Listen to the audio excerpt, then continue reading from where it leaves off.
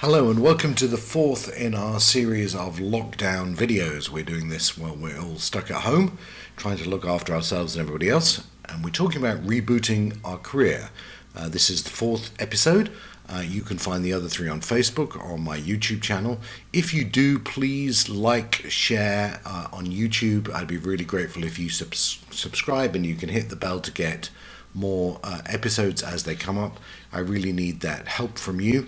So with that, let's get into episode 4.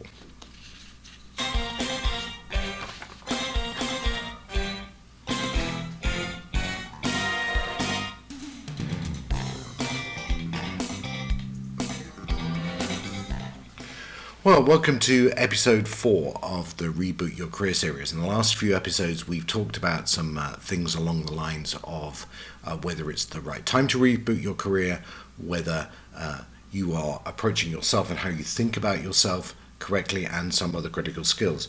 This time we're actually going to look at rebooting your career and the way you make career decisions.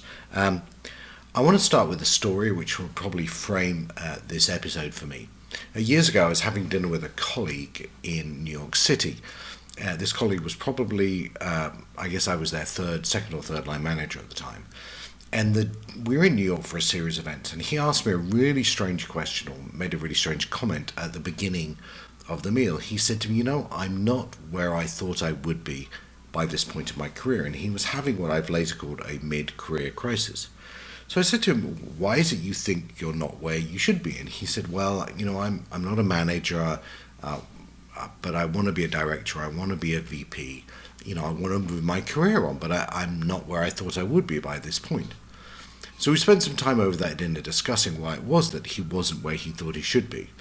And what you discovered was he had made a series of decisions. He'd made a series of choices that left him where he was. Unless he was willing to review those choices, he was willing to change some of those decisions, which something as of course he'd had to have done with his family, then really he wasn't going to go anywhere.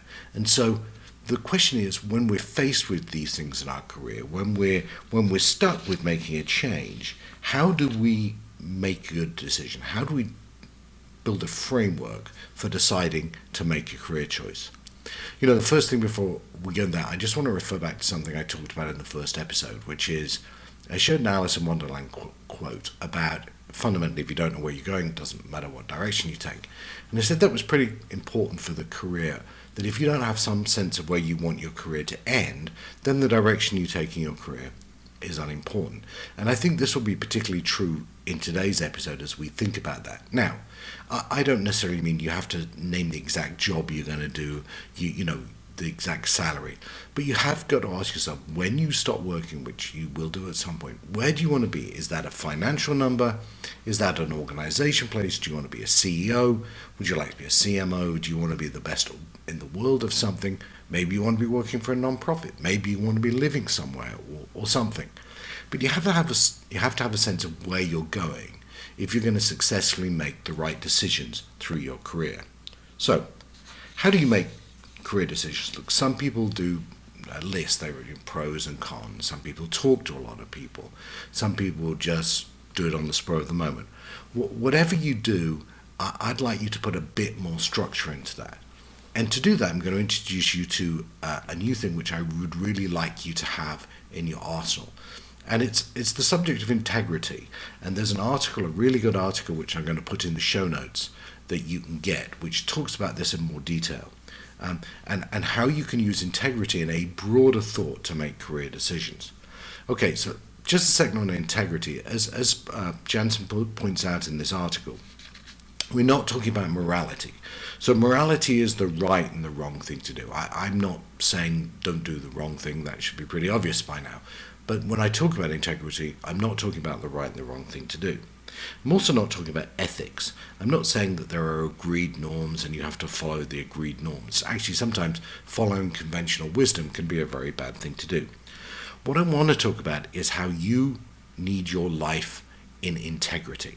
And the best way to think this through is integrity is like a car or a system or an engine. When one part of that car, system or engine is not working, the engine itself probably doesn't work or is going to damage itself. And in that case, the engine is out of integrity.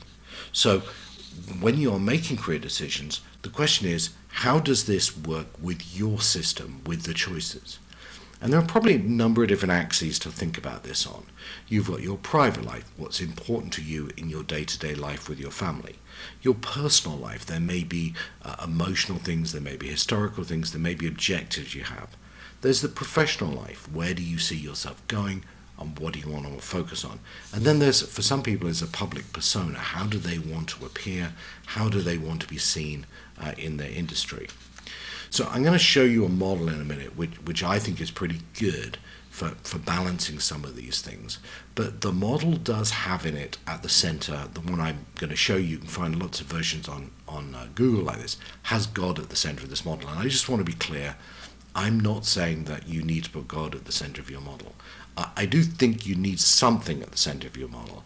And I think that needs to be around ethics and it needs to be around morality. And if we're thinking of this as a wheel, that's where the spoke goes. And so you do need something at the center. It's just the model I'm going to show you is one that was written by somebody who was quite religious, and therefore that's their model. And I think what each of us needs to do is find our own version of this model. So in this model, what you'll spot is that there is a circle with a number of spokes. So this is like a wheel. This is your wheel and the wheel of spokes. And it's divided into those four groups we talked about before: life, personal, professional, and persona. And what the person who put this model together did was label each one of those spokes. So if it was a wheel and one of those or more than one of those spokes was broken, then the wheel would lose its integrity and it wouldn't work as well.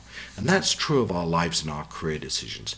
If, when we've labeled the elements of our wheel, when we've labeled our spokes, one of those breaks or multiple of those breaks, then what we're going to find is we don't work as effectively.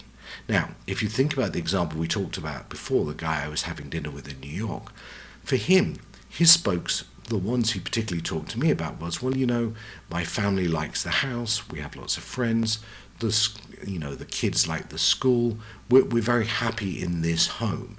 Okay, well, if that's the most important spoke for you, then if you're going to change it to change your career, then you've got to think about all the other people who are reliant on that spoke, your spouse, your kids, your family, and what the impact it's going to have on you.